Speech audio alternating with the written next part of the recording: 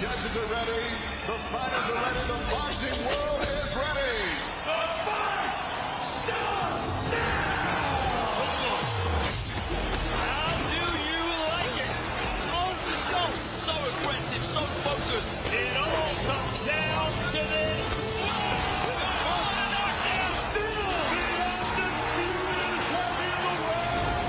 Media workout live on DAZN. Hey everybody, Fight Week continues here for Ring 3 in Times Square. Yesterday, it was the grand arrivals. Tomorrow, it's the press conference. Today, it's the open workouts. Let's see if these guys put on a little show for us. You can see what they got, ladies and gentlemen. It's time for the open workouts to get rolling right now. So let's get rocking live on DAZN.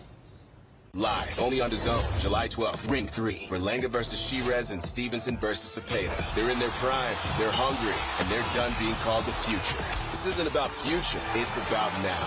Because in boxing, legacy isn't handed out, it's taken. 4 rising kings, 2 brutal battles, 1 night to take the throne. Who's next in line? Berlanga versus Sheeraz, Stevenson versus Zepeda. Ring 3, July 12th, live, only on DAZN. Buy now at DAZN.com/boxing. We are live from Times Square, ladies and gentlemen, as we get set for the Ring 3 media workout at the Hard Rock Casino, right next to Cane's Chicken Fingers. I've gone through about 7 packs of the sauce. How many chicken fingers I can't even keep track of, but that's not important right now. What is important is that we're going to have some of the most elite fighters in the world working out for us right here. Speaking of elite fighters, this man, former junior middleweight champion of the world, Sergio Morrell, the Latin Snake, and Wade Clemens, who's single-handedly dominating boxing sports media right now. This guy's on every show, every channel, all the time. Sergio, is he getting too overexposed right now? Absolutely not. That's what happens when you got talent. He's coming for all our jobs, so congratulations. The only thing overexposed right now is my white skin and this white shirt. That's about it, but I'm happy to be here. All right, he's the Stephen A. of DAZN right now. But let's talk about yesterday before we focus on today. It was the grand arrivals, Wade. You were the master of ceremonies. Which fighter captured your imagination the most? Yeah, listen, a lot of guys showed up and showed out, but for me, it was definitely Edgar Berlanga. Whether he was talking trash or grabbing his crotch or doing whatever he was doing, it seems like he is in this state of, it's his moment, it's his city, and he wants to show everybody that Canelo performance wasn't him, and he's back with a vengeance. I love the fact that you're giving credit to trainers as well, you know, because that's the thing about a boxer. When you get to this point, you got to give the corners some credit as well. So look, man, everyone's here to steal the show. Shakur has been doing a lot of talking. He's been relishing the bad guy role. He loves the fact that everyone's criticizing him. So that's what you need to be to be a star. Berlanga, we know he's a natural bad boy. He's a Brooklyn bad boy. He wants to show up, but you still have to impress the fans. You have to go for the knockout. And Shakur, even if he's dominating the fight, people fall asleep in his fights. He needs to start pressing the foot on the gas and getting some fans. So this is a big opportunity for both these guys to steal the show. All right, let's show you what the card is going to look like. Saturday Night Live from Queens, New York, the U.S. Open Tennis Center, Louis Armstrong Stadium. And we'll start with a Saudi fighter, Muhammad Al-Akel, 4-0, undefeated, trying to build up his resume. Speaking of, Reito Tsutsumi from Japan, only his 2nd pro fight. He's coming to New York. They believe in this guy. David Morrell and Katayev, what a battle that's going to be in the light heavyweight division. Then it's the Dominican Republic versus Puerto Rico, Alberto Puello and Subriel Matias. Then to our co-double main event, Shakur Stevenson defending his WBC World Lightweight title against William Zepeda, and Edgar Berlanga against Hamza Sheeraz. And let's talk about Hamza Sheeraz. He said yesterday, I am the total polar opposite of Edgar Berlanga. I said it was crass versus class, but Sergio didn't know what the word crass meant, so we'll go with class versus crude. Wait, is that a good way to sum that up? I think it's perfect, and I think that the word of this fight is change. For both fighters, right? For Edgar Berlanga, he needs a change in the way that the public perceives him. After the Canelo Alvarez fight, a lot of people looking like, maybe you're not at the top level of 168. He has to prove that. And for Hamza Sheeraz, there's a lot of change in his camp, from 160 to 168. You talked about it. Andy Lee now in his corner. He goes from LA to Ireland. A lot of things changing. Who's going to show who's made better changes? We'll see Saturday. Change is the main thing, but the thing about Sheeraz is he needs to change from his last performance against Carlos Adames. He didn't look all that good. A lot of people thought he should have lost that fight. Berlanga's been on the Are you buying that he hurt his hand? Are you buying that fact? No, because fighters always injure their hands. That's part of boxing. Injuries, fighting through it. Facing adversity is what makes champions. So Sheeraz, first time around, didn't pass the championship test. Now he has a second opportunity to do it. He's younger, he's fresher, he's taller, he's longer. And I'll be honest with you, I think he has a slightly better technique. So he has those advantages, but can he expose them against Berlanga? Berlanga, who comes from 16 straight knockouts, carries that power late. He's going to have to be on his P's and Q's and sharp from the beginning, middle, and end, and be able to take the punch from a big puncher in Berlanga. All right, let's focus now on the other main event, and it is William Zepeda, who throws more punches per capita than the entire country of Mexico right now.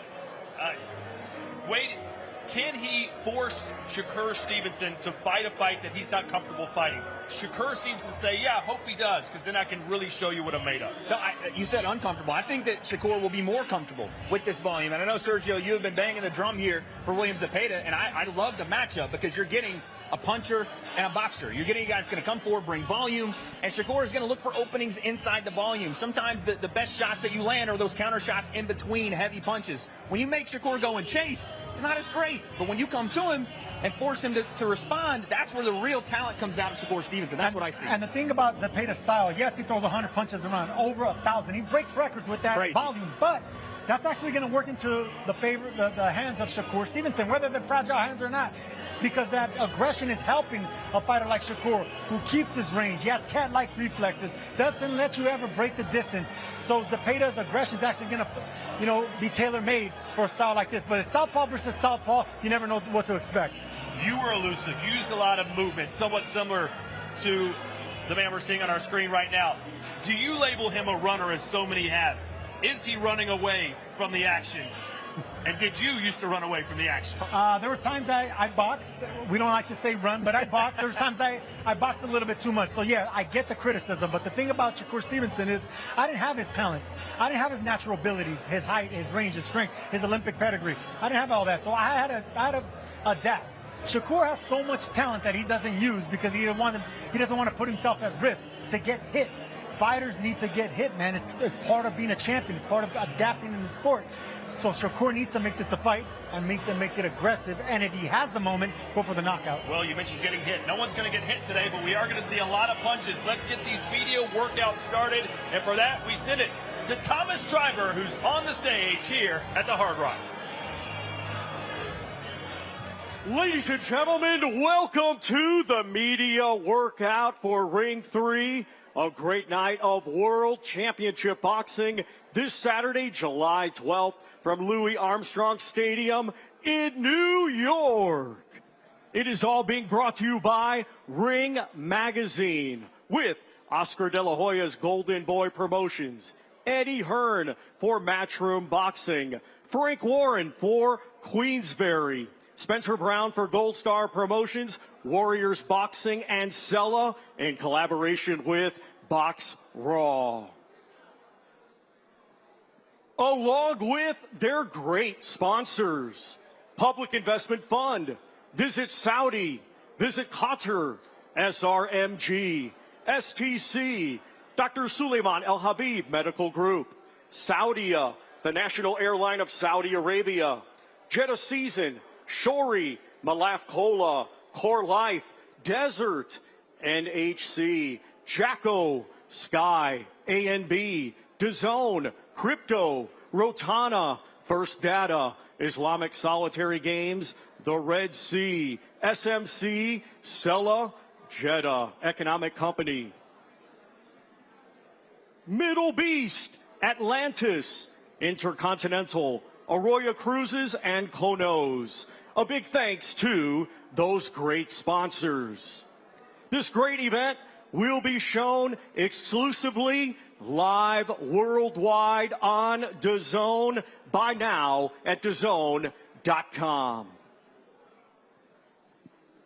Let's now get the media workout started.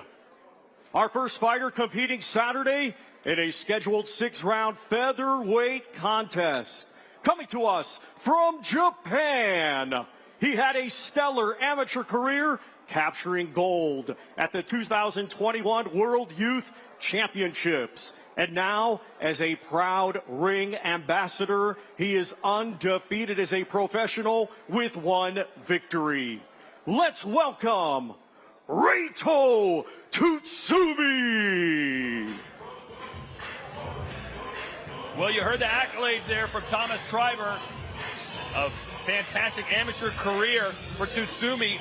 Wade, from what you've seen, how successful do you think his style will translate to the professional level? I think he got a real wake-up call in that first fight versus LaVale Whittington. That was live in Times Square. We all watched it on the card that maybe we'd like to forget from everybody else. But his fight against LaVale was a perfect start to a pro career. Not because he got the win, but because he got tested early. I think that's so important for fighters, and that's what we've seen so far. With an aggressive Japanese style, you know, you're normally going for the knockout, but it's hard to get that knockout in 4- and 6-round fights. So I think this is a fighter that's going to slowly realize slowing down the pace is how you actually knock fighters out and you hurt fighters. So guys like this, I'm really excited about. And I add that he's an aggressive southpaw, so I think he's still finding himself and finding his legs.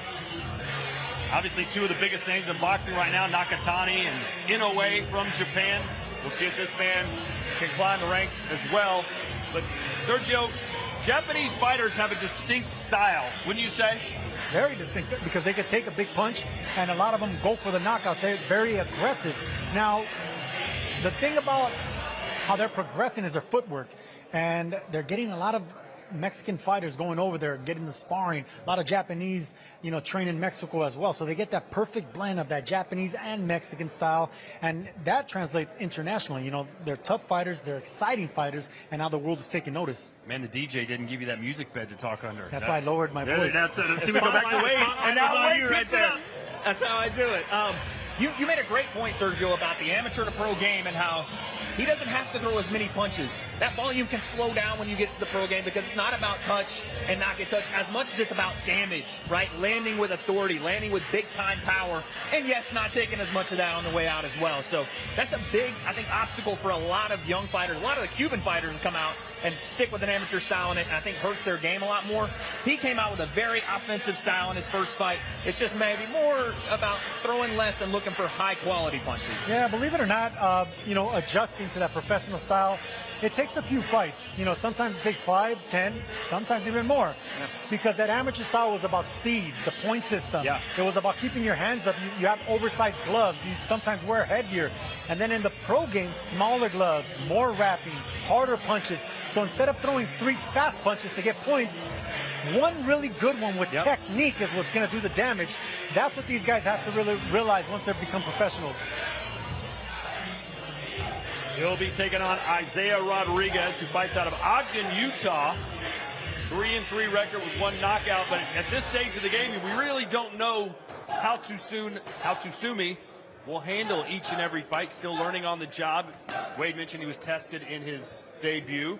He's fighting a 500 fighter next, who does have 6 fights of experience. And obviously, at this weight class, speed is at a premium. And Reito Tsutsumi appears to have plenty of it, Sergio. You like to hear the snap of that punch too, man. But that comes behind technique. That's the thing about Japanese fighters too. Yes, they have power and they have speed, excellent footwork. But look at the technique as well. Elbows tucked in. He rotates the torso, the shoulders nicely. That's where all that power comes in. That it's like a bamboo power. The power comes at the end of it. Bamboo power? Have you been watching Kung Fu Panda? No, I took that analogy from Bruce Lee, actually, you know, because, yeah, you know, you really don't want to, if you have a brick, you don't want to hit with the brick. You want to hit the snap of a brick. Kind of like a golf swing, Todd. There you go. Now you're talking my language. Like a whip. Yeah, like a whip. That's what they say about Ryan Garcia's hook, right? There you go. Is that it's a whip. I've talked to many guys that spar him. They're like, yeah, he doesn't have thudding power, but he hits you, and you don't know how you ended up on the ground. A lot of the Japanese fighters have that same beautiful technique. It's effortless is really what it is. It's as little effort as possible to get maximum results in your stuff. And it saves you energy, and it gives you that power lasting through the round. And believe it or not, Wade, it's very difficult to learn, you know, to try to make it so natural. Most fighters, they make a lot of noise when they punch. They grunt. It's the opposite when you have whipping power. You do it effortlessly, like you said, and it's usually you have to have technique and speed. This man has both. You know, Tutan, his first fight was against the guy in Lavelle Whittington, who on paper doesn't look like a massive challenge for your first fight. I called a Lavelle Whittington fight before he fought Reito Tsutsumi, and the kid is a dog. He took everybody that he's fought. He may have some losses, but he took them all the distance. No one's knocking him out. He's standing in front of you, throwing big-time power, always comes in shape. It's a short-notice fight for him. That's why I think Reito got a perfect test in his first fight. Tsutsumi!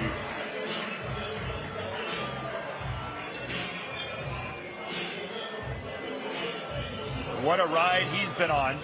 2 pro fights, both of them happening halfway around the world in New York City. Not sure if we'll hear from Reito. He does not speak English, and I don't believe we have a Japanese translator here, although I did take Japanese in college. Hit us with some of it, Todd. Biru o nomimasu ka means, would you like to have a beer with me? Konnichiwa. Close enough. All right, hey, Claudia, I believe is going to try and conduct an interview. Let's hear from her. See, well, we're still waiting for Reito to get unwrapped.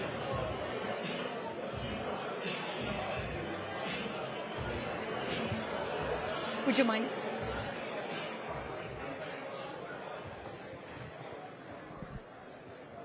Thank you very much. That was a beautiful work, extraordinary footwork, and a lot of power. Where did you get that technique from? からそのテクニックを学んだんですか？そうですね、今回3週間ほどアメリカで合宿してきたので、すごいいい状態でここまで迎えることができました。I was able to train 3 weeks in the West Side, and that's where I learned the technique.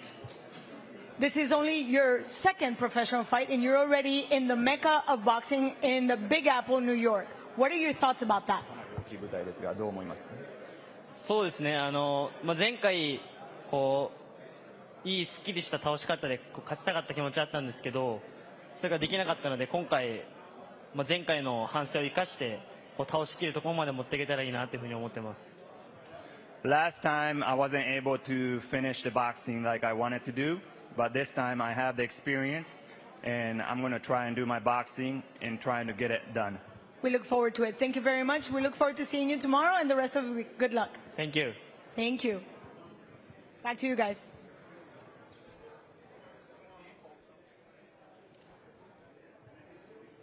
Our next fighter to the ring, competing Saturday in a scheduled 10-round light heavyweight contest. He comes to us from Santa Clara, Cuba. He brings a professional record of 11 wins, just 1 defeat. 9 of his 11 wins coming by way of knockout. Currently ranked number 8 by Ring Magazine. He is one of boxing's rising stars. Let's welcome David Morrell.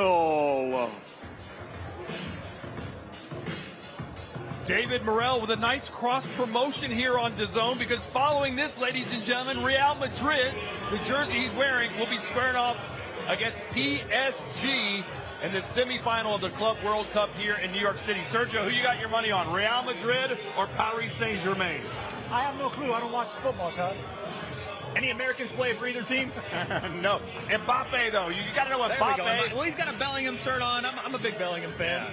Well, let's focus on the sweet science, Sergio. Obviously, I would say his claim to fame, but he's best known for his fight against David Benavidez. He was on the losing end of a unanimous decision, but he showed spurts of why he's so good and why he can be a great champion one day. Yeah, absolutely. He was able to put down the Mexican monster, and I think he made a lot of fans, including myself.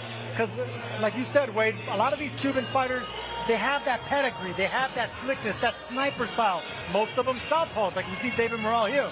But Morrell and plenty other Cubans like Andy Cruz, they want to be entertainers. They want to go for the knockout. They're so naturally gifted, but now they're going with the power foot, the power first. So Morrell, you can bet that he's going to go looking for a knockout because he wants to steal the show.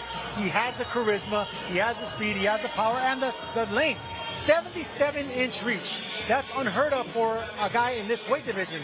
So power coming from that length, dangerous mix. Yeah, man, the Cubans, it's a new generation of Cuban boxing. I've seen it in the last 5, maybe 6 years. There's less emphasis on defense and being passive and being around the outside of the ropes and more on that front foot, power, entertaining, like you said, Sergio, and really looking for knockouts. And I'm loving it. You talked about Andy Cruz, and David Morrell Jr. is the same way. I think he almost gained a lot more fans in the loss to David Benavidez. Rock David Benavidez. And again, it's a loss at the end of the day, and I talked to him this week. He's not happy about the loss, but he's definitely happy for the opportunities after that fight. Thank you very much to David Morrell. Thank you very much. David, you're part of that new generation of Cuban boxers with a lot of explosivity and beautiful footwork, and you sit into your punches. Where do you get that inspiration from? ¿De dónde sacas la inspiración? Porque eres parte de esta nueva generación de boxeadores cubanos explosivos, con excelente trabajo de pies, pero aparte de eso, hay un poco de show en todo eso. Yeah, of course. You know, my inspiration is coming from my family first, always, and God too. You know, it's my girlfriends. Is every time support me. My team support me too, like the minute zero. So it's everything. You know, it's everything for me. For these people, have the power for continue. And the boxer and the life and everything. And in terms of boxing skills, en términos de habilidades boxísticas, what is your biggest influence to combine those two styles, the Cuban school of boxing and basically the more aggressive front foot boxing? La combinación del estilo cubano, de la escuela cubana de boxeo, con un boxeo mucho más agresivo. ¿De dónde viene esa influencia? It's my older brother. Yeah, my older brother is teaching me, and my dad too, is teaching me every time, you know, and Alexi, my manager, told me, hey, you can do it, you know, the move, they look good, and the ring. But you know, you need offenses too. So you know, it's a little bit a combination. Anyways, it's my inspiration too. You know, Shakur Berlanga, Duran, Tyson. So it's like Jojo Jr. So I have it that, you know, little by little the different boxer is in one boxer like it's me. Very nice. And I also got a chance to see a little bit of moves, salsa moves. Santa Clara is not known for boxing, for salsa. No. That's Havana. So where did you get those steps from? No. It's my city, Santa Clara. I say hi everybody, Santa Clara. Toda la gente de Santa Clara, saludo a la gente del condado, los quiero mucho. Bendiciones y nada. You know, I can dance for my mom. You know, my mom is teaching me to say yes, also teaching me every time. I can do nothing before. You know, my mom say, hey, you go to the party. You want a girl? You need dance. Okay, mom. You know, it's teaching me. For my mom, I have a good life right now. Nice. So you got the girls and you got the moves, and now you're looking for our way back to the championship. Thank you very much. Thank you so much. Thanks. I appreciate it. Thank you.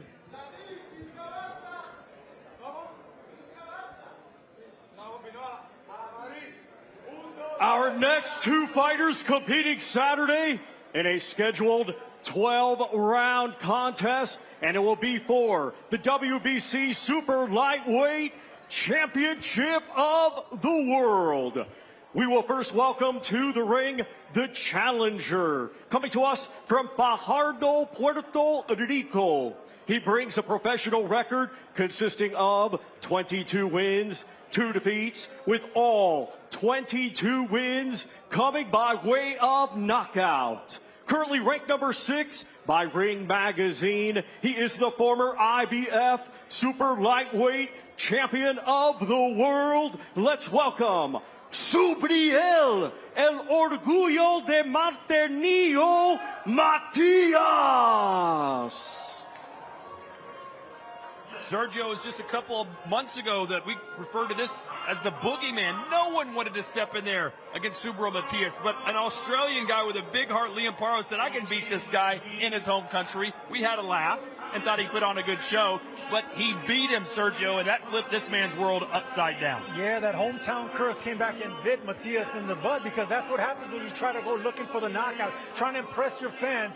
You forget about the boxing. Liam Paro came with the game plan, executed all the way to the end. Matias learned from that, got embarrassed for that because he was on the biggest stage, came up short in front of his Puerto Rican fans. But the power is back. That knockout ratio is back. The fact that he breaks down fighters. He doesn't go looking just for one punch. He systematically beats down fighters, and that's what we want to see from this boogeyman. I still think he has the boogeyman reputation in him. He just needs to keep the knockout streak going. Yeah, I mean, listen, Subriel Matias has put down everybody in every win he's ever had. So that's what his go-to is. Now, you're fighting Alberto Puello, who is not going to be a one-punch knockout night for you. You're going to have to figure out that puzzle. And no one has been able to figure out Alberto Puello. He's had some close fights. He's been in some tough fights, but he's a winner, Todd. He is a winner. And for Matias, the same things that plagued him with Paro could plague him here if he hasn't learned, Sergio. Well, let's just, I asked Subriel Matias, I said, listen, is Liam Paro better than Puello? And his answer was, in no world, in any shape or form, is Liam Paro anywhere near as good as Puello. So what does that say about what Matias has to do Saturday night if he's going to have to beat a guy that is way better than a guy he just lost to? Listen, he just lost to a southpaw. Puello is a throwback, old school style southpaw. And you can see right here, Subriel Matias shadow boxing in the left-handed stance this entire time. I can expect him to go orthodox and southpaw against Puello. Puello doesn't like fighting on the inside. This man needs to get on the inside. So in order to do that, he's going to have to fight a little bit more squared up. The thing about Matias is he knows how to punch in a little square. He doesn't overload on punches. That actually works. Works really good when you're on the front foot. Thank you very much in this fight. To Subriel, el orgullo de Maternillo, Matias. The pride of Maternillo, Subriel Matias. Thank you for joining us. Great display, but that doesn't show us the power you actually pack. 22 victories, 22 knockouts. How important is to have that tool right there in your pocket for Saturday? El orgullo de Maternillo está con nosotros. Gracias por estar aquí. Bueno, acabamos de ver un excelente show de lo que tú puedes hacer, pero no nos da una idea de tu poder. 22 victorias, 22 knockouts. Este elemento, ¿qué tan importante es tenerlo en el bolsillo para el sábado? Pues mira, para serte honesto, los negocios solo son números. Creo que estoy ansioso de enseñar y demostrar la sorpresa que les tengo. Those are just numbers. I am very anxious and very anticipating the kind of show that I'm going to bring on Saturday. Well, don't leave me hanging. No me dejes aquí colgando. ¿Qué clase de sorpresa nos espera? What kind of surprise is waiting for us? Give me a little hint. Dame un poquito de eso. No, creo que es simple. And the new. That's it. And the new. Pero dame, o sea, mucha gente quiere saber si todavía puedes boxear, especialmente cuando estás trabajando con alguien que le gusta estar en la distancia. We want to know if you can actually handle somebody that likes to be in the distance. What do you have for somebody like that? ¿Qué tienes para alguien así? Pues mira, yo realmente tengo un solo estilo. Todos lo saben, aguerrido, al que le gusta el fanático. La pregunta es si Puello está dispuesto a mantener un ritmo de pelea por 12 asaltos como yo lo implanto. No soy Russell, no soy Sandor Martin. Yo tengo mis cojones bien puestos y lo vamos a demostrar el sábado. Well, I have only one style and everybody knows it. All the fans love it. And, you know, I am here to actually implement my style. The question is, can somebody like Puello withstand the kind of power that I bring in? I am not Sandor Martin. I'm nobody like that. I'm definitely bringing some serious power. So we'll see. And he insists in the new. Thank you very much. Muchas gracias. Feliz tarde.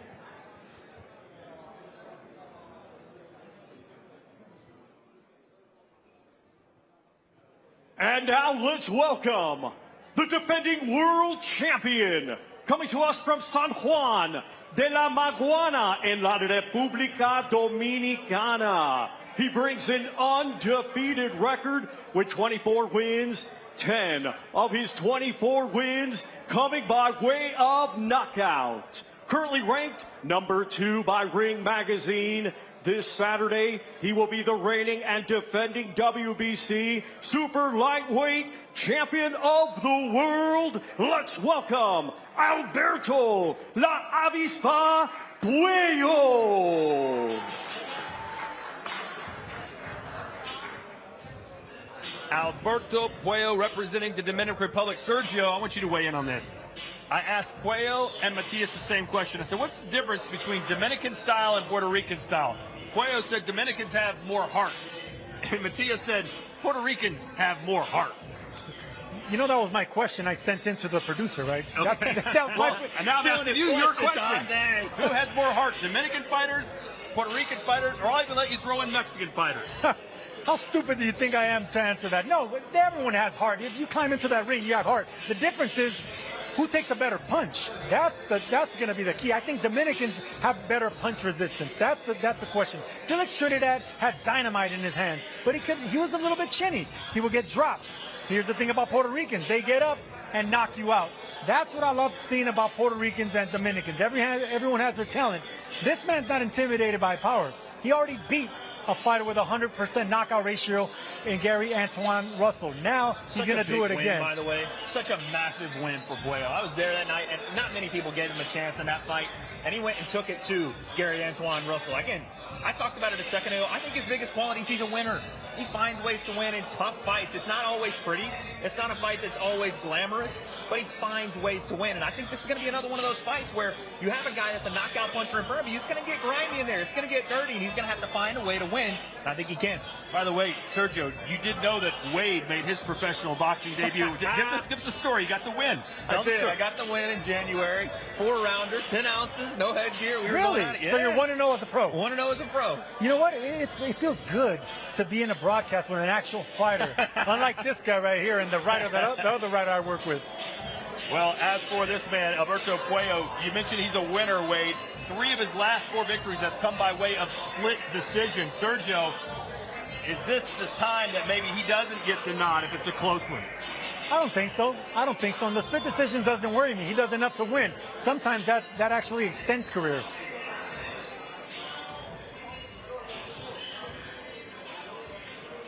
Thank you very much to Alberto La Avispa Puello. La Avispa, the wasp. Great display of movement, but what we don't really get a chance to see is the intangible, the grit, the heart that you actually bring to fights like this. How deep are you going to have to dig to face somebody like your opponent this occasion? Gracias por estar con nosotros. Obviamente la avispa, eso significa muchas cosas. Acabamos de ver excelente movimiento, pero lo que no vemos en esos intangibles. Vamos a hablar de qué tan profundo tú tienes que en realidad entrar en tu alma, en tu espíritu guerrero para llevarte victorias como la que te vas a tener que llevar el sábado. Bueno, tú sabes, yo soy un boxeador que me gusta mucho llevar el arte del boxeo, darle que no me dan, pero creo que un oponente como el que tendré este 12 de julio va a sacar la verdadera avispa que traigo por dentro y estoy preparado para eso. Well, I'm a student of the sweet science of hitting and not getting hit, but I think having an opponent like Zepeda Matias on Saturday is going to bring the real wasp from within me to take that win on Saturday. And of course, it's a very important moment for you. You come from straight wins, all by decision, very, very difficult. You actually took those wins from the last minute, but you're in Puerto Rican land. How important is it for you to decide that towards you, to sway the pendulum on your favor? Vas a estar obviamente en terreno boricua. Vamos a estar aquí en la cola del pan. ¿Qué tan importante es llevar ese péndulo a tu favor? Bueno, ¿qué te digo? Terreno boricua, pero también terreno dominicano, ya que acá tenemos muchos dominicanos y sé que voy a estar recibiendo el apoyo de todos ellos. Yo sé que va a ser una guerra y vamos a echar la guerra. Well, yep, it is Puerto Rican territory, but it's also Dominican territory because there's a lot of Dominicans here. So I know I'm going to have the support and the love of all the Dominican people. But with that being said, you need to call them out. You need to have them come and support you. Así que te doy la oportunidad para que tú llames a tu gente de allá de la Bella Quisqueya a que venga a apoyarte. Bueno, hacerle el llamado nuevamente a todo el dominicano acá que venga a apoyarme, compre su taquilla. Le voy a seguir demostrando al mundo por qué la Avispa Puello va a seguir siendo campeón y por qué aún lo es. Well, he's making a good call, a strong call to all the Dominican people to not only to come to see the fight, but also to join us on the zone, because he's going to give them a real reason as to why they need to celebrate him, because he's going to maintain his championship. Gracias, muchas gracias. La mejor de la suerte. Nos vemos mañana. Gracias. Best of luck. See you tomorrow.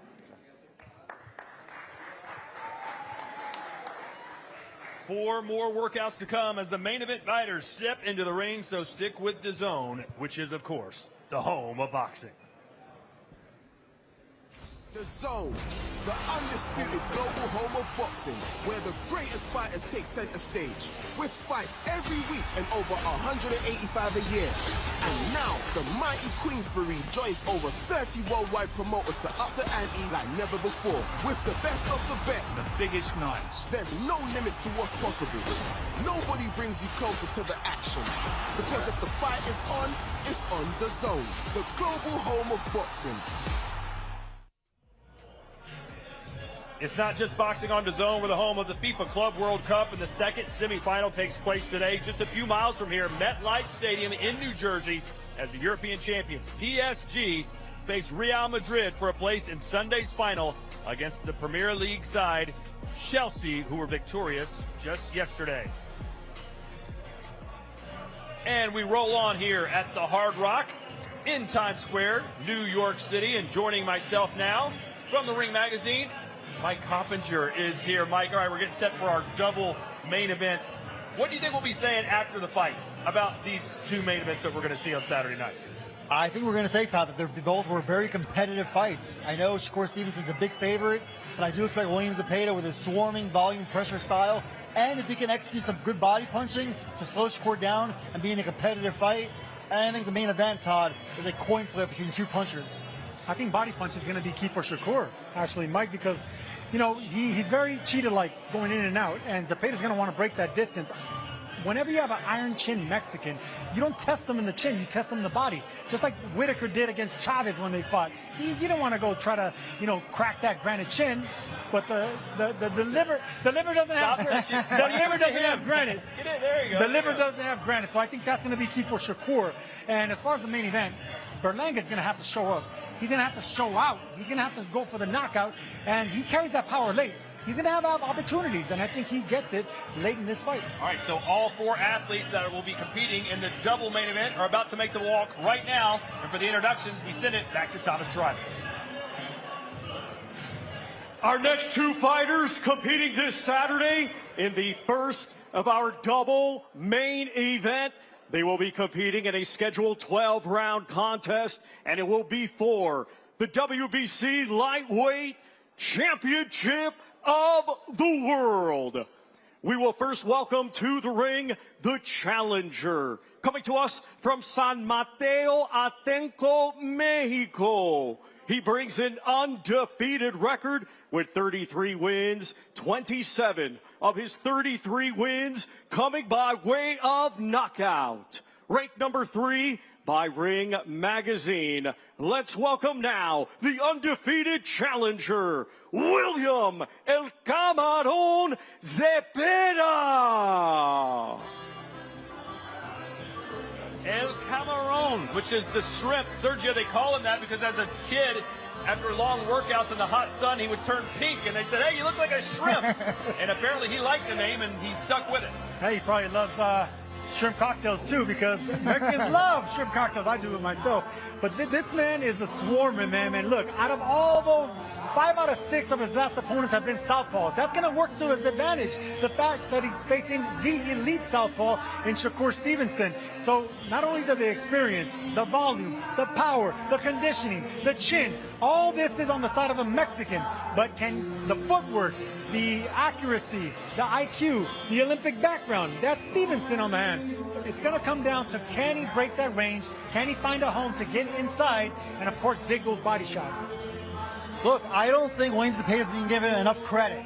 Everyone says that he hasn't faced anybody, and look, that's true. But what I look at is, right, Sergio, Maxi Hughes, Giovanni Cabrera, even to a lesser extent, Marcelo Hester. Those are solid guys that he took out in fashion.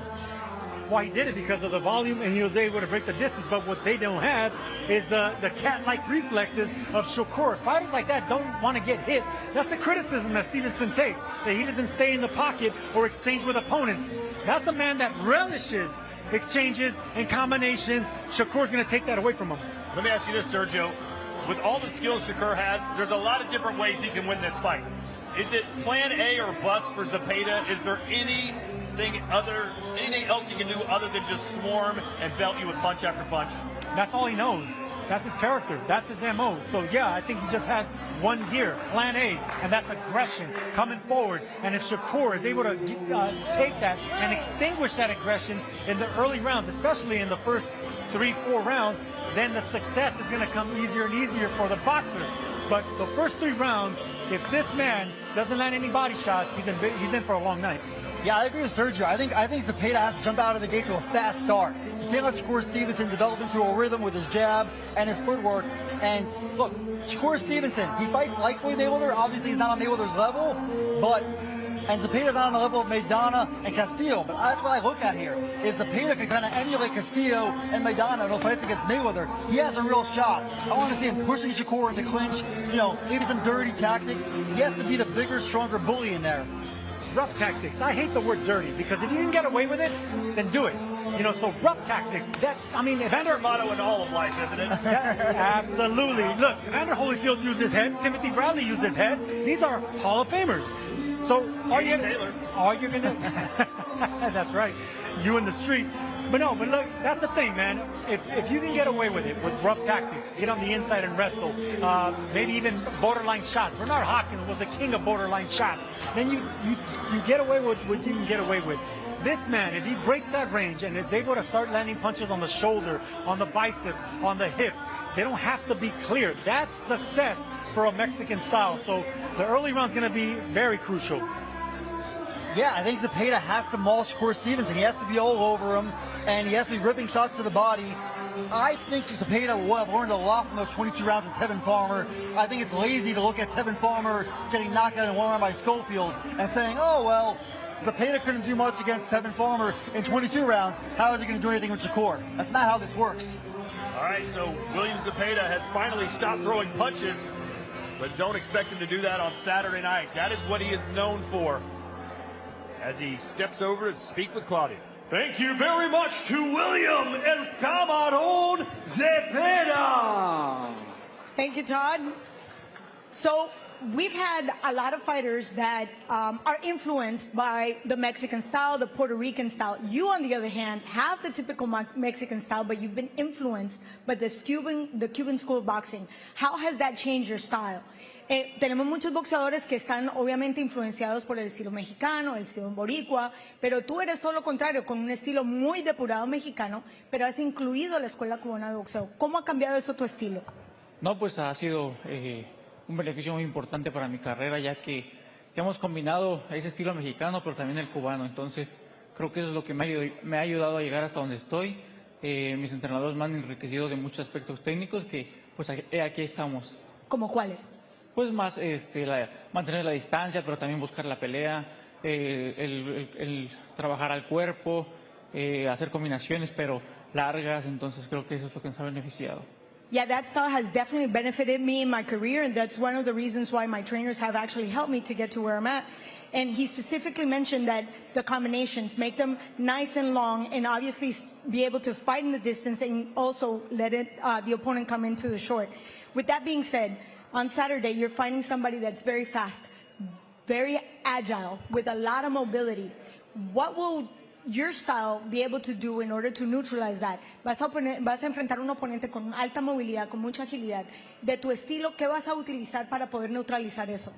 Bueno, pues nuestro estilo es lo que nos va a beneficiar aquí ante un rival como lo es Shakur. Creo que el volumen de golpes es lo que nos va a sacar a flote. Esa presión que caracteriza el camarón es lo que nos va a beneficiar. Entonces, hay que dar una buena pelea.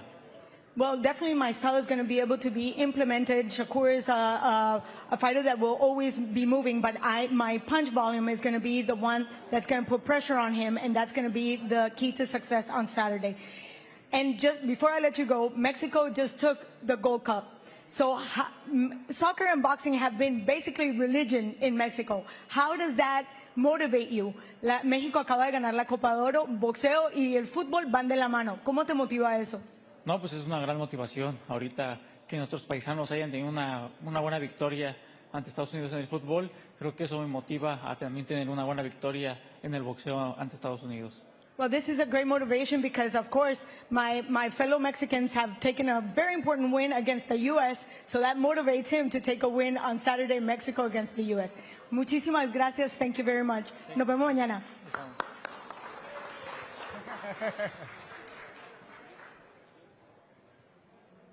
And now let's welcome to the ring the defending world champion from Newark, New Jersey, a 2016 Olympic silver medalist, now undefeated as a professional with 23 wins, 11 of those 23 wins coming by way of knockout. Ranked number 2 by Ring Magazine.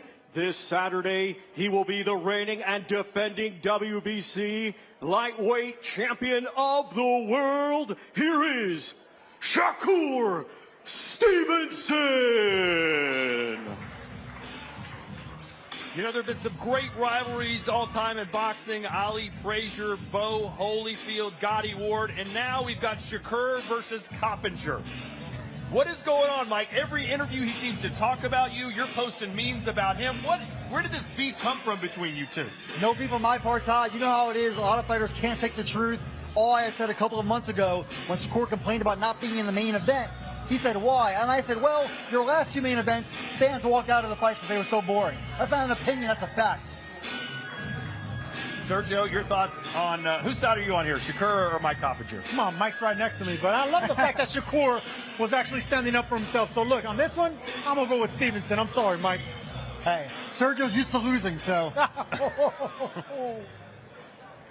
Thank you, Shakur Stevenson. With your WBC lightweight champion of the world, Shakur Stevenson. Again, you're in your backyard here. We're getting closer to fight night. Just give me the emotions, the feelings right now. I'm locked in. I'm ready. I'm focused. I can't wait to show out. I was made for this moment, so I can't wait to show everybody what I'm made of. When you say you were made for this moment, you have William Zepeda, big volume fighter. Everybody talking about how the fight's going to go. Are you going to bring the fight to him? Is he going to bring the fight to you? What do you think as we stand here today, as you visualize the fight? How's it go down? You got to wait and see. He got a big head, so I can't wait to touch his chin. But that's all that I'm focused on. I'm focused on doing my thing and coming out of there victorious. You got your friend Mike Coppinger standing by over there as well. He's had some things to say as we got into this fight week, and he works for Mike Coppinger. Now, I don't got too much to say. Fuck him. Fair. Anything you want to say to the fans here at home before we get into this title fight on Saturday? For the fans who've been supporting me, I appreciate y'all. Y'all the ones who I do it for. Y'all the ones who I get up and make sure I do them 8-mile runs. And the hard work get put in because of y'all, because y'all stuck with me through my dark times. So I appreciate y'all. We're going to have a party on Saturday. One more time, folks. Give it up for your WBC lightweight champion, Shakur Stevenson.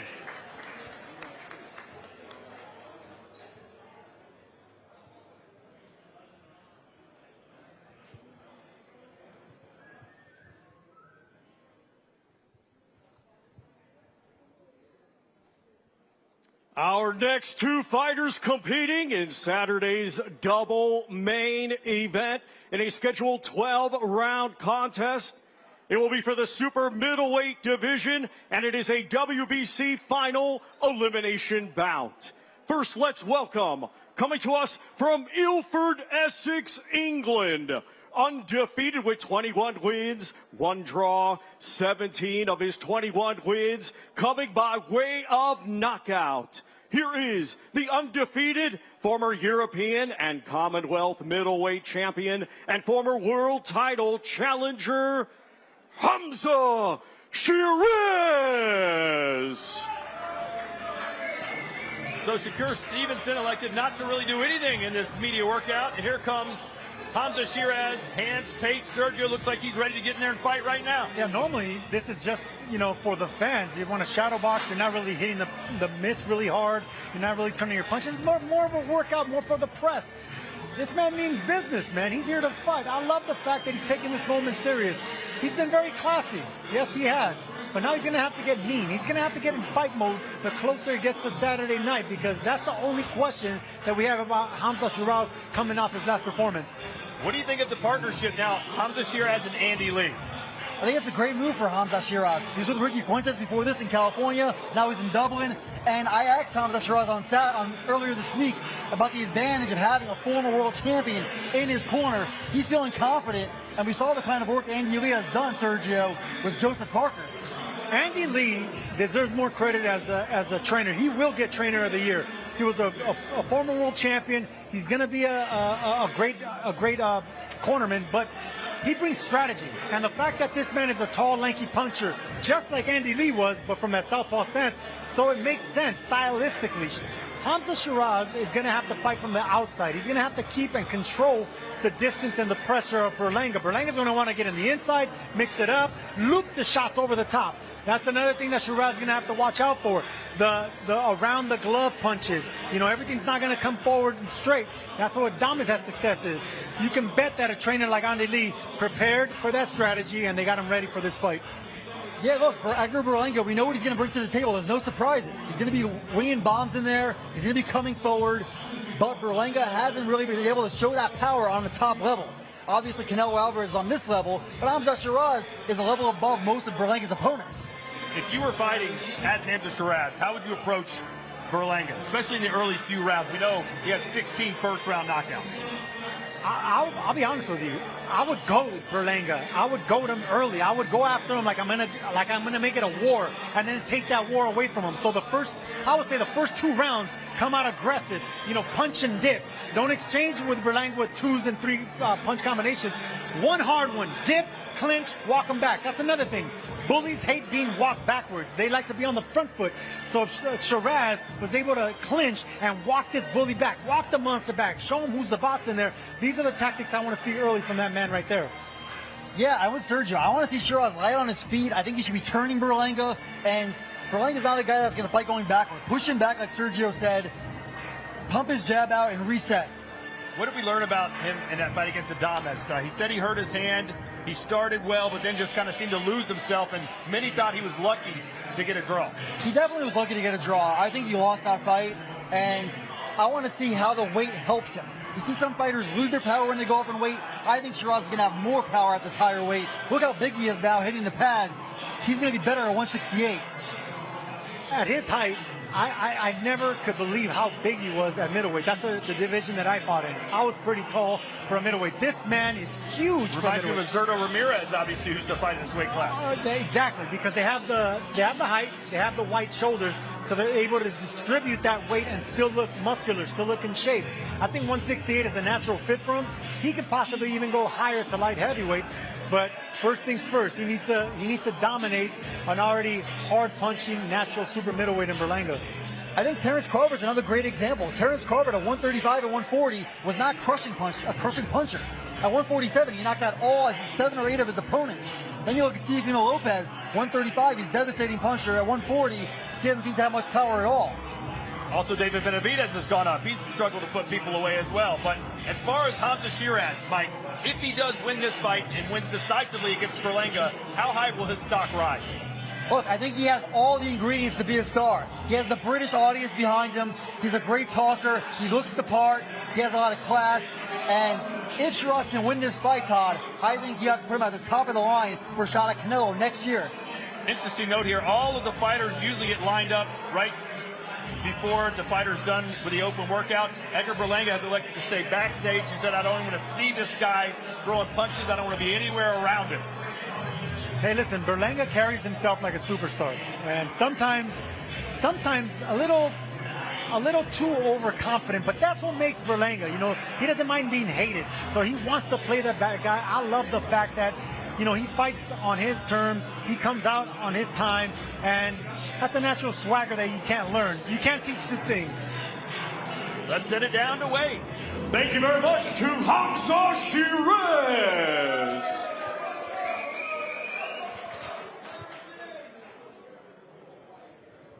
And I'm here with Hamza Sheeraz, getting the hand wraps off as we do this interview. Just walk me through what you wanted to show the people there in that open workout. Just a little bit of what I've been practicing on. This is my first time I've ever actually done pads at an open workout. So it was interesting, it was good. You were cracking the pads there. You wanted to show some power to the people here in New York. First time in New York, why not? Makes sense. Now, I want to talk to you about change, right? A lot of change. You moving up in weight, you with the great Andy Lee in Ireland now. How is that going to affect this fight in a good way going into Saturday night? I identified after the last fight the changes that I felt needed to be made. And Andy and the move up in weight was one of them. Talk to me about the face-off that happened right back here yesterday. It was a long, intense face-off. Some words were exchanged. What did you see and what did you feel in that moment? Where you got to remember now, it's been a camp where a couple of days from the fight night, tensions are high. We just want to go in there and get cracking. Anything you read from him in that face-off? Not really, not really. Energy as I expected, and hopefully we both bring it fight night. You know, tomorrow the gamesmanship's going to be on in that press conference. How do you prepare mentally for whatever Edgar Berlanga brings? To be fair, I don't need to. I'm a very strong man in my faith, so I've done exactly what I needed to prepare, and here I am now. So what's the message here to the fans in New York, to the fans back home, everybody watching your moment on Saturday night? What's your message to them? Listen, tune in, and for the New York fans, it's my first one here in America. I look forward to putting on a performance for you all. Thank you very much. There he is, folks. Give it up one more time. One half of your main event, Hamza Sheeraz. And now let's welcome to the ring with a record of 23 wins, just one defeat, 18 of his 23 wins coming by way of knockout. A former world title challenger, he is from the Lower East Side of Brooklyn, New York, and proudly represents his heritage of Puerto Rico. Here is the chosen one, Edgar Berlanga.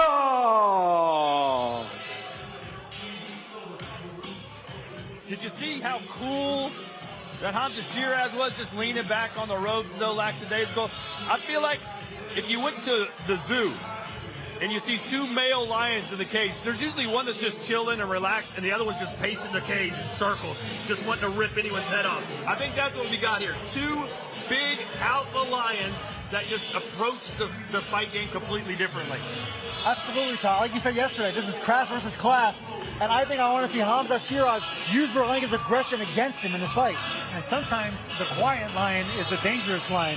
You know, like they say here in New York, you know, bad boys move in silence and violence. Hamza Sheeraz, man, has something up his sleeve, and I love that confident look in his eye. I don't know. I kind of prefer the guy that tells you what he's going to do and then does it. What do you like? I like the braggadocio, the Muhammad Ali's of the world. That's the kind of fighters that I want to get inspired by. Those are my favorites as well. Mike Tyson, James Toney, Zab Judah. But there's a second part of that. You said say it and then do it. He has to do it now on Saturday night. If you're going to walk the walk, you better talk the talk, because then you're just going to be a big mouth.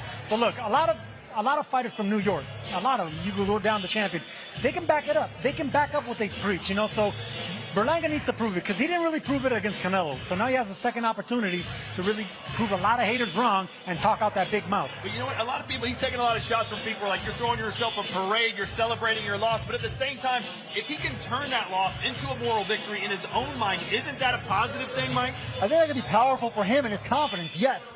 But this is like a throwback Crossroads HBO fight for me. I know that Crossroads later in their careers, but early, if one of these guys loses, whoever loses on Saturday, I think they're going to be in a bad spot. I agree, because, you know, when you're only given a certain amount of opportunities on the big stage, and if the first time you really didn't go for greatness, then they're not going to give you another slot. Berlanga is lucky to have a great manager in Keith Conley, a great promoter, you know, they're backing him and giving him opportunities, and he has the power. So people are always going to want to watch power punches that put opponents down, that go for the knockout, that have an exciting style, and like we're talking about, he has that Brooklyn swagger and that big mouth to back up that big punch. Talking about Hamza Sheeraz and how big he is, look at the size of Berlanga. Berlanga, I think, could easily fight at 175 or even cruiserweight in the future. And you look at his face right now, I don't think this is an easy weight cut for him. that Isak Cruz in there with Berlanga right now? Sorry, Pitbull. Just a little joke. Good to see Edgar Berlanga bringing the family on board. Good to see the softer side of the man who represents Puerto Rico but fights out of Brooklyn, New York. And Sergio, he keeps hyping up this as a home fight for him. He says the crowd is going to be electrifying. There's no way Sheeraz is going to be able to beat me in front of my people. You fought in front of your home crowd before. Sometimes it doesn't go the way you want. No, you can ask any fighter. I mean, it backfired on Katie Taylor. It backfired on Subriel Matias. It backfired on me plenty of times. There's something about too much pressure because you want to go out there and have the best performance for your hometown fans. But when you go looking for the knockout, that's when you are vulnerable to getting hit and getting knocked out. So Berlanga, I think, learned from that Canelo fight. I think he's going to check that swagger. He's going to check that bad boy, braggadocious way about him. And if he can just go out there and maintain his discipline, go for the knockout and still get it, then that's how you prove your point to everybody.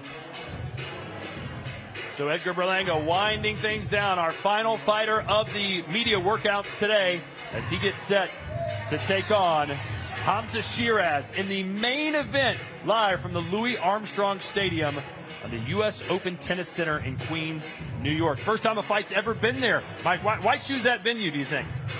I think it's a great venue. It's going to look great on TV. I think tennis centers are often some of the best boxing venues. My favorite boxing venue is StubHub Center, and I think now it's called the Dignity Health Center or whatever it is in LA. I think it's going to be a great sightlines and great atmosphere, Todd. Thank you very much to the chosen one, Edgar Berlanga. Give it up, folks. Come on over here, Edgar. A very interesting open workout there. I saw the hooks, I saw the uppercuts. What was that other move that you were doing there? That's what I'm going to do to Sheeraz. Okay. Okay, one of those. You might have to teach me. I'm not too well versed in that area, so. Yeah. Hit. Yeah. Okay, hey, yo. So when we do this open workout, it's a great amount of fun. We had family in the ring here. Who was that little man that was walking around? That's my baby Chosen. That's nice. Chosen Berlanga. You've been teaching him a little bit. Yeah, he's learning something. Yeah. You know, he loves boxing. Yeah. What can I say? Well, talk to me about what obviously you're having fun in this open workout, but what your intentions are on Saturday. It's been very calm leading up so far, but as the days get closer, things get more intense. How are you feeling as we're just days away now? You know, just locked in, man. I'm excited. Yeah. I'm excited. I'm back home in my city. You know, tomorrow's the press conference. So every day, you know, as we get closer to the fights more, I'm getting locked in mentally, you know what I'm saying? Yeah. Because I want to perform. I want to look good. I want to shine. Superstar status, you know what I'm saying? Sharp, you know, look amazing. Speaking of tomorrow at the press conference, there's been some talk about you and Oscar De La Hoya getting to see each other face-to-face in person. Any words for Oscar? Fuck Oscar De La Hoya. Fuck you. I'm going to see you tomorrow. We're going to smack the shit out of you tomorrow. So. Okay, then. Well, let's talk about the fight itself. Fuck Oscar. There you go. The fight itself. Fuck Oscar. On Saturday, you're going to be using your hands against Hamza Sheeraz. Fuck Sheeraz, too. Any last message for him? He's a fucking Muppet. You went with the UK one. Okay, I like that. He's a Muppet, for sure. What would y'all say in New York? Not Muppet. What would you say? Oh, he's a dick eater. Oh, okay, never mind. Hey, I appreciate you. Edgar Berlanga, one half of your main event. You'll see him on Saturday. Let's go. Couldn't just let him say Muppet. You had to dig deep. Way digging deep. Couldn't just let him get away with Muppet. Oh, well. Hey, we're getting ready for a huge fight night on Saturday, but the following weekend, just as big, if not bigger. Take a look at this. Live only on the Zone. Usyk versus Dubois 2. July 19th. He silenced Britain's best. Usyk, the Brit Breaker. Fighting for greatness. For the flag. For legacy. But now, the dynamite is ready to explode. Dubois, reborn, sharper, stronger. A weight of a nation on his shoulders. July 19th. Wembley roars beneath the lights. Who will become undisputed heavyweight champion of the world? Usyk versus Dubois 2. Live only on the Zone. Buy now at thezone.com/boxing. That huge heavyweight showdown just a week away, and later that same night in Dallas, Bam Rodriguez and Fumelele Cafu. And then in August, we go back to Riyadh for Moses Itamwa versus Dillian White. You talk about some heavy hitters. What do you think happens, by the way, Usyk Dubois 2, Mike? What's your pick? I think it's going to be another stoppage for Usyk, and set the record straight, Todd. That was not a low, sorry, it was a low blow. There's no doubt that it was a low blow. It was or it wasn't? It was a low blow. I agree. It was a beltline low blow. I've been maintaining that from beginning to end. It was an uppercut right to the cup. And you like Usyk as well in the rematch? I like Usyk by stoppage as well. Absolutely. All right, before we say goodbye here, let's just kind of wrap up what we saw here with our media workouts. Which fighter kind of tickled your fancy today? Tickled my fancy. Okay, you muppet. Edgar Berlanga. Edgar Berlanga, I like the way he's kind of tapering down that attitude, but he still has that chip on his shoulder, that bad boy. He's still selling the fight, but I like the calm composure that I'm seeing now in the shadow boxing. I'm going to go with my best friend, Shakur Stevenson. He didn't even bother to work out. He seems more focused on me than he does William Zepeda. Let's hope he brings it on fight night. I believe him. All right, well, we hope you bring it back here to the zone tomorrow as we get set for the press conference, and then the following day it'll be weigh-in and then fight night on Saturday live here from New York City. Until then, for Mike, Sergio, Claudia, and Wade, I'm Todd Grisham. So long from Times Square and the Hard Rock.